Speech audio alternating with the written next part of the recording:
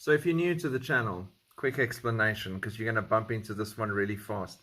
You'll find that when I do talk from the book of Revelation, I will, especially when I'm excited or really in my flow, I'll say Revelations, the book of Revelations, plural.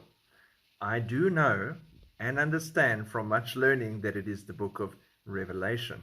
And I won't get into the actual name and the apocalypse and all those things, but I call it, me from habit, the book of Revelations, because it is full of revelations that Christ is giving us. The same way that the book of Psalms is full of Psalms. It's not the book of Psalm.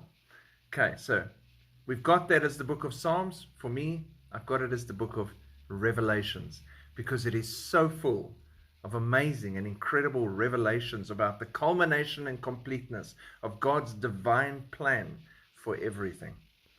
Hope that helps. Shalom.